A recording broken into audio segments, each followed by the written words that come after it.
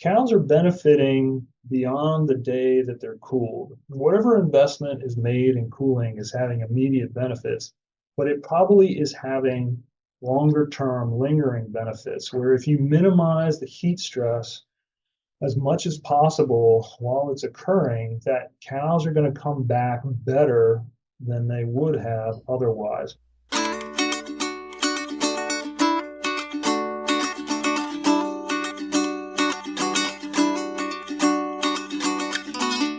Welcome back, everyone, to the Dairy Science Digest. This is a podcast designed to bring the Journal of Dairy Science straight to the ears of dairy producers.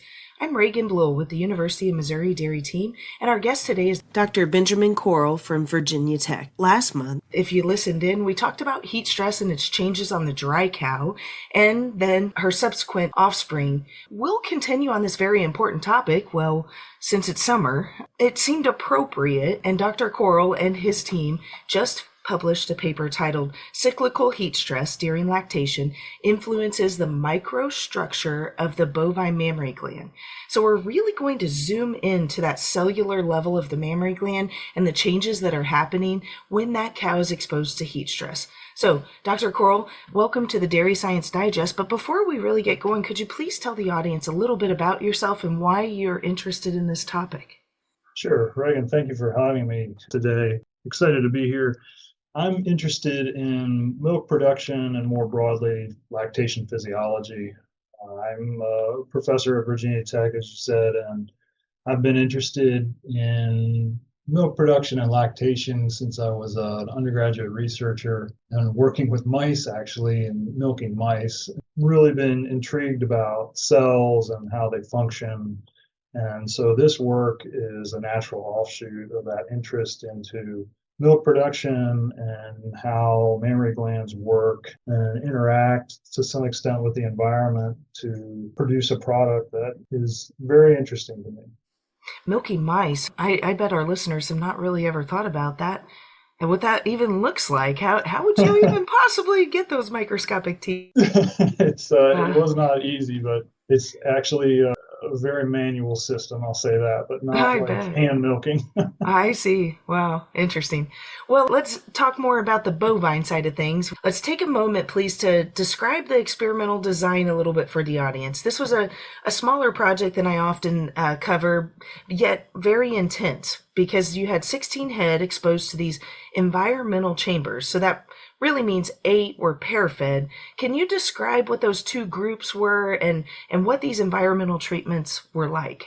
Absolutely. So when we do heat stress studies experimentally, we're typically trying to control the conditions so that we have consistency and good ability to make comparisons between a treatment group and a control group. And so we do these experiments in rooms where we have climate control. They're rooms that have essentially tie stalls or metabolism stalls where we can tie the cows up, milk install, feed install, also sampling. And in a heat stress study, of course, depending on what time of year it is, if the cows were exposed to ambient temperatures, they might cool off or they might be hotter than we want. So we use rooms, 4 cows in each room. So there were 2 rooms. One room was hot, heat stress room, and the other one was controlled to stay at a thermoneutral temperature, which is simply the temperature range that cows prefer to be at, where they don't show any signs of stress, either cold or heat stress. And so, as you said, the experimental design included what we call pair feeding. So, as anyone who's fed cows in the summer knows, especially when the temperature really starts to change, they have a number of things that change. One, of course, is obvious. The bulk tank doesn't get as full. The other one is they stop eating as much. So, as I said, for the sake of consistency, for the sake of control, we try to separate the effects of heat from the effects of simply not eating as much. So the pair-fed room is a room where cows are at a normal temperature that they prefer, but they're eating at the same level as the heat stress cows. So essentially, we have the similar level of feed intake between the 2 rooms, but one room is hot and the other one is not. And that's the design is meant to separate the effects of temperature from the effects of basically going off feed. Yeah, sure. The intake side of things. Yeah, and for someone that has, I've participated in one of these environmental chamber research projects, and boy, those control cows, they just can't understand why you won't put all of the TMR in front of them, and they try to grab at the trash barrels that we have full of the That's right. TMR, and some of them get pretty inventive in how they could perhaps feed themselves. But we control all of that, like you were saying, to make sure that we can shake out the difference at the heat stress level is truly what you're trying to study. Because, of course, the worst case scenario in the field is when you're trying to study heat stress and you have a mild summer, right? Yeah, And that's so exactly right. Yeah, that's having such a a bummer. controlled study. Yeah, when you have a Yeah, controlled study, it gives us the ability to control the absolute temperature, the yeah. duration, so how long during the day it's that hot Hmm. versus slightly cooler, and it gives us control to some extent to be very prescriptive because you probably looked at the temperature humidity index tables. The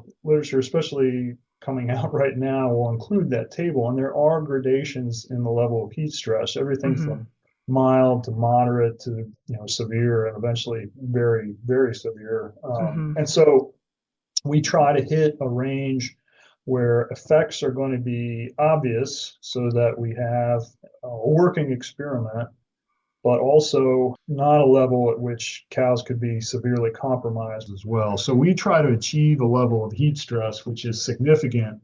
And then the cows are stressed, milk yield falls, and then we see respiration rate up. We Hmm. see all the classic signs that anyone on farm in a really hot day might see, the potential for drooling, Hmm. body temperature goes up, a lot of effects which are not very comfortable for the Yeah, animals. but very familiar to the dairy producers that are listening in, I'm certain. And to achieve those symptoms, you Mhm. had 4 days of heat. So, can you talk a little bit about the cyclical nature? Were they able to cool in the evening hours, or were they exposed to intense heat the whole time for these 4 days? Yeah, that's a good question. So in this experiment, it was cyclical. So we're trying to mimic to some extent what happens on farms. So during the day, the temperature was elevated into that mild to moderate heat stress temperature range. And they did get cooler overnight, but they were still in the heat stress range. They just came down into the mild. So typically with the temperature humidity index, the cutoff point for being heat stressed or not is 68. Now that's not 68 degrees. That's an Right. index. It's a unit 68. And so once you get above 68, cows start to show signs that they are uncomfortable. And so we were running a high temperature during the day, mid 80s. So not terrible, but certainly Hmm. for a cow, not Uncomfortable. particularly comfortable. Yeah, Yeah. exactly. And then at night it would come down, but we would still be in the above a 70 THI. So if you think that Mm-hmm. 68 is where they're just starting to transition from comfortable to uncomfortable, we were about 2 units above that uncomfortable range. So they never really cooled all the way down. Kind of like June and July, right? Yeah. So here we are. So then you and your team collected a variety of these data points and samples, and just like Florida, you logged a sizable reduction of milk production of about 9.5 pounds. But perhaps most noteworthy in this particular project was the mammary tissue sample. Can you talk a little bit about what happened to the mammary gland when the 4 days of heat stress occurred at the macular level, and then we'll start to talk about the gene expression that you collected. Sure. So we're interested in what's happening in the gland. And certainly there's lots of physiological changes in cows that occur with heat stress. And milk yield does decline with heat stress in cows. And so one of the places you can start to consider that might be affected is the gland itself. And milk yield is a function of epithelial cell number. Epithelial cells in the mammary gland are the milk producing cells, and then the activity of those cells. So when we talk about declines or increases in milk production, we're really talking about changes in either cell number or the activity of the cells themselves. And so we were interested in how heat stress might be affecting, and this is really an acute time period. This is 4 days, and certainly heat stress can go for many more days experimentally and all through the summer on most farms. Mm-hmm. So we were wondering about how much of the change in milk yield can be accounted for by some of the things that are changing in the gland itself. So we took tissue samples from the mammary glands of these cows, and we started out asking some questions about how the gland tissue is changing. And we measured a couple different variables just looking through the microscope, just looking at the tissue's appearance, and we could see changes in the area of the lumens was smaller for the heat stress cows than in the parafed thermoneutrals. Isn't that incredible? Let's just pause for a minute and talk Sure. about that. So this alveoli space or the area, it's kind of like the water balloon is the analogy that I always use, and that Yeah. water balloon expands and such. And to me, I think we often forget just living life that this cell is the cells inside the cows, humans, any mammal, they're constantly turning over. And so it was hard for me to realize that after just 4 days, you were seeing that cellular change. And it's really humbling to think about how that mammary gland is changing every single day, every minute, every hour of her existence. And that's part of the maintenance cost. But sorry to just go on this long soapbox, but it was just really humbling to think about. You just, at a bigger scale, you just look at the udder, right? Right. But there in the cellular, it's constantly changing, evolving.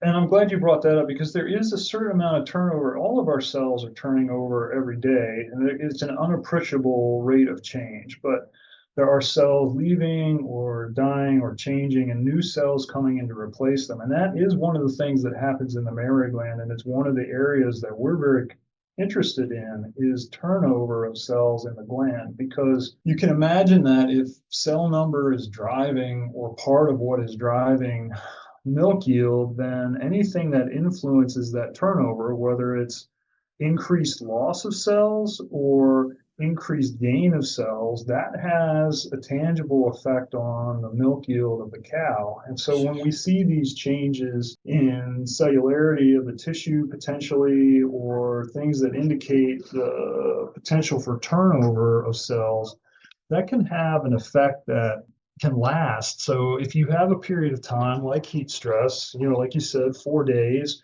and we have some loss of cells or cell number from the gland, how long is it going to take if we get out of heat stress for that cell to be replaced? How long is it going to take for us to get back up to where we were? And so that's kind of an important question in my mind, especially when you consider that there's plenty of evidence, like your last podcast, where you can have an insult that affects the gland that persists throughout lactation. So the implications are, of course, anything that you can do to minimize the severity of this challenge to the animal, or anything that maintains those cells in the gland so that when things are in a little better condition, they're ready to come back online, is pretty important. Absolutely. And I saw in your review of literature, there was some data collected back in 2022 about the epithelial cells and the increased losses that you were seeing in these secretory epithelial cells, or the ones that line the water balloon or the alveoli that secrete the milk in.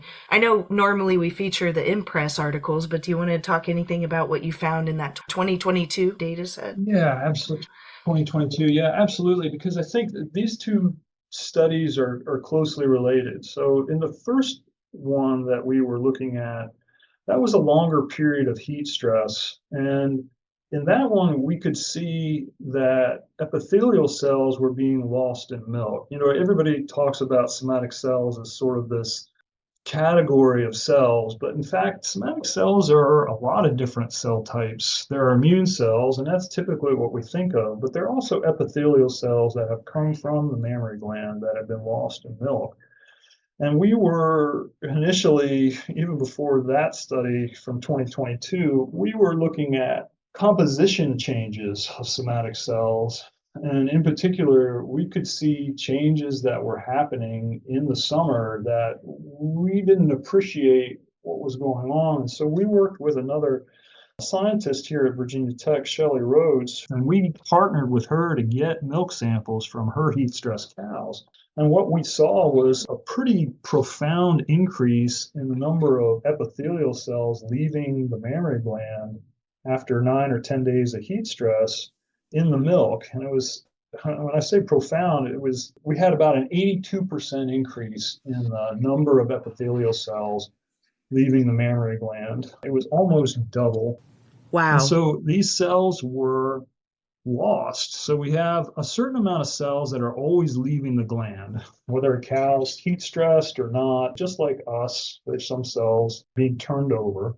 But to have almost a doubling of the number of cells leaving in the milk was pretty profound. You begin to think then, as I said, about the potential that how are these cells going to be replaced? How long is it going to take for them to be replaced? And so that study, having a longer time period of heat stress, factored into this study that's in press now, where we were trying to look a little deeper to see how some of these changes in these cells might be leading to these losses in milk. And that's part of the reason we were going to a shorter time period, 4 days, to see what kind of early events. Because certainly you can think that if you impose some sort of management change or some sort of environmental change like heat stress, it takes time for some of that change to be apparent. But what has happened is the change has started to have an effect even earlier. It's just you don't notice it until it becomes obvious. And so that was the reason to kind of back up away from 10 days to get to 4 days, to be able to look at the tissue at a level at which these changes are really starting to happen. And then the result, of course, unfolds as time progresses. I want to touch on one more thing. It's unrelated to the epithelial cells, but one of the things that we saw when we looked at the composition of somatic cells, we were focused on epithelial cells, but we measured all the immune cell populations as well. And one of the things that we saw, which was intriguing, was a severe decline in the viability, that is the number of living granulocytes. Now, granulocytes, there's lots of different immune cells. You've probably heard of things like macrophages or T cells, but the major cell type, immune cell type in milk are neutrophils, and they are a type of granulocyte. And what we saw when we looked at the viability, that is the number of living granulocytes ready to take on a pathogen and fight infection in the gland, that they declined about 70 to 80%. And the implication to that is if we have these cells in the gland, but they are not alive, they are not going to fight infection. And so the potential is we see some of these changes in udder health and somatic cell counts through the summer because the cow is trying to respond and trying to maintain surveillance and the ability to fight infection. But heat stress is limiting that. It's compromising it to some extent. I often have guys call me about an elevation of their bulk tank somatic cell count. Could that be part of this?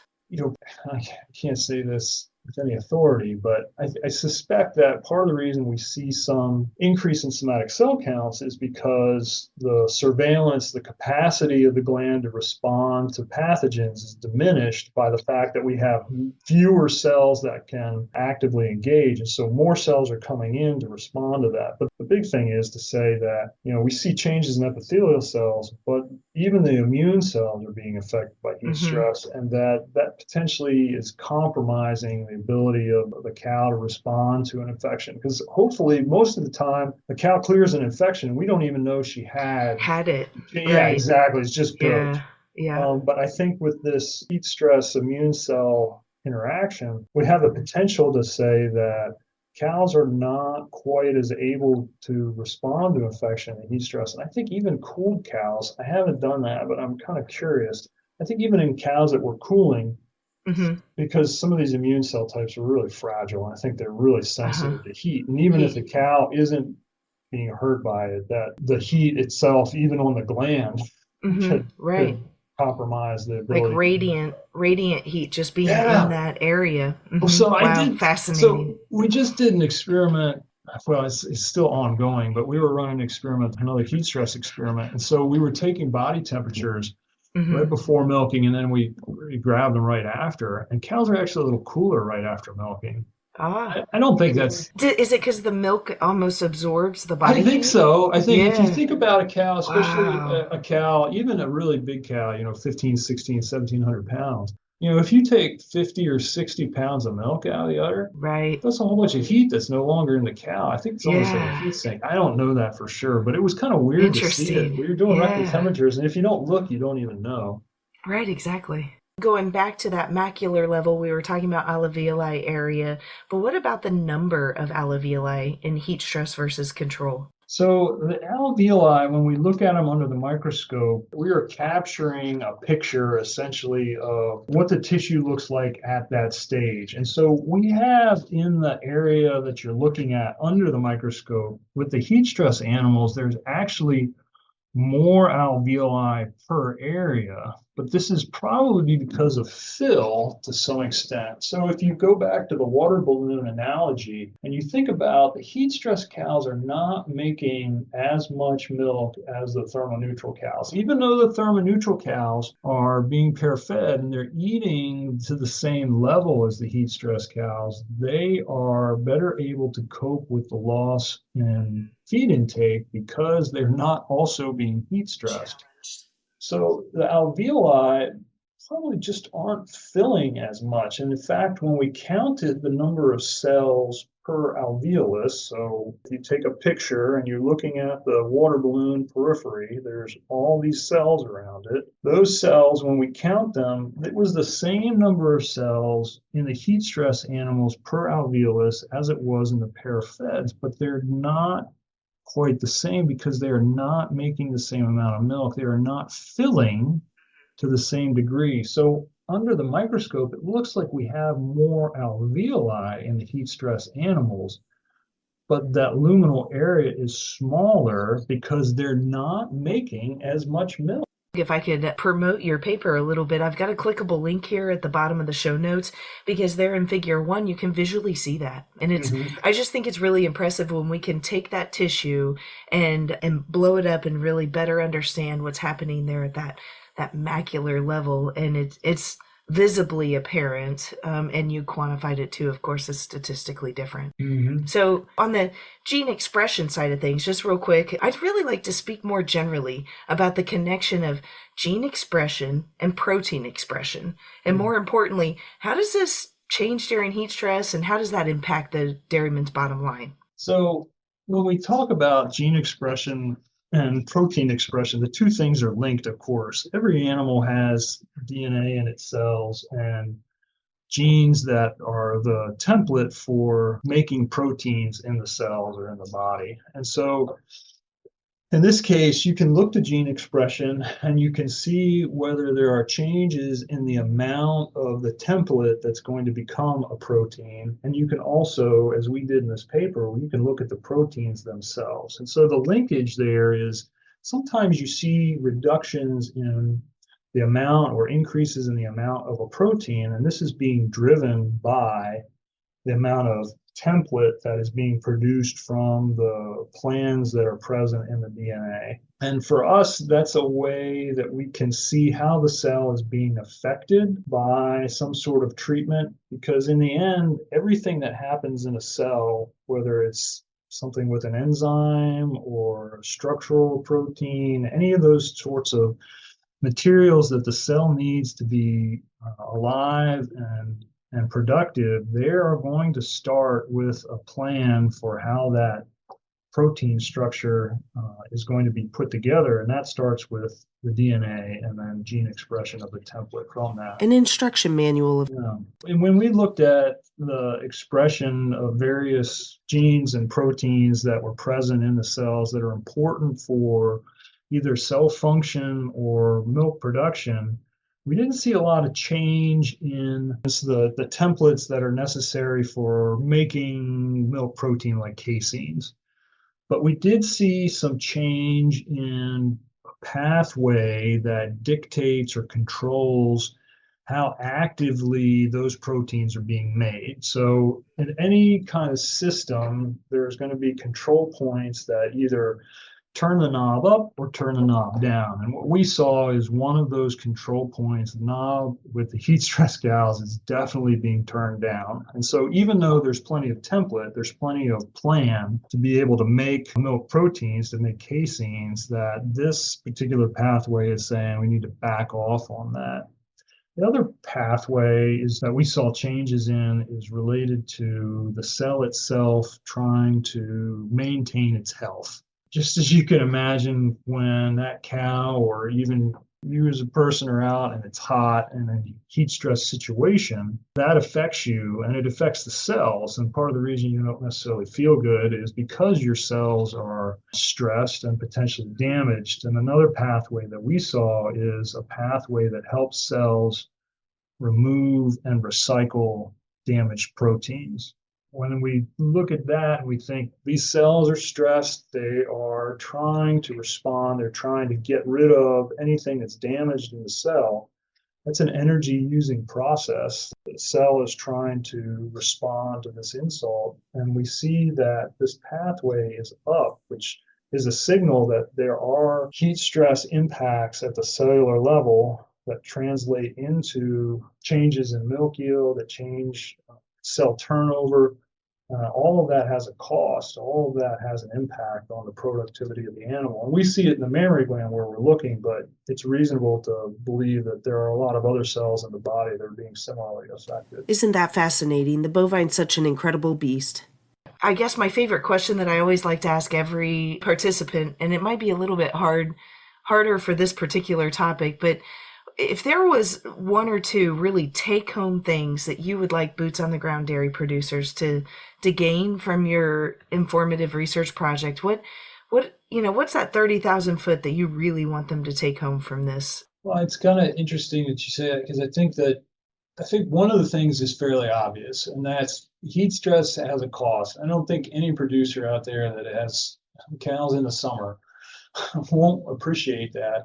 It has a cost and it has to be dealt with. And I think the bigger thing is we tend to think about the short term, but I think there's important implications in the long term too. Right. That cows are benefiting beyond the day that they're cooled. Whatever investment is made in cooling is having immediate benefits, but it probably is having longer term lingering benefits, where if you minimize the heat stress as much as possible while it's occurring, that cows are going to come back better than they would have otherwise, because this study highlights that the implications in the mammary gland, which have profound impacts for longer term milk production, they are real. And if we don't try to do something about them or make sure that we're controlling them, then we have the potential that we have damage beyond the summer, that even into the fall, or when cows are starting to have better nighttime cooling, that you're still having a loss. You might not appreciate it because milk yield is coming up, essentially because the cows aren't in heat stress, but in fact, they're not reaching the potential that they had before they were heat stressed. And I think that is, and I think that's similar to the other papers that you've been discussing. These things that when we're managing cows today, it's not just changing the way the outcomes for today. It has potential impacts for longer term, weeks and months down the road. Certainly. It's so incredibly important to make this cow comfortable, right? Yes. And when she is comfortable, everything just works better, including all the way down to the cellular function. And it's profound that we are charged as herd managers to care for these pastoral animals. And it's just a delight to do so. And so I think that's the purpose of listening in, is to best know how we can do that. Yeah. Well, Ben, this has been very informative, and I want to thank you for your time. And listeners, I applaud you for taking time out of your day to take a deeper dive into the impact of heat stress on your herd. It's been a great conversation, and this has been the June edition of the Dairy Science Digest. It's a monthly podcast project designed to bring the Journal of Dairy Science straight to your ears. We highlight peer-reviewed research articles in press, because it's sound science that you can base your management decisions around. So be sure to like, share, and subscribe to get future editions straight to your cell phone. This is Reagan Bluel with the Dairy Science Digest, and I hope you have a great day.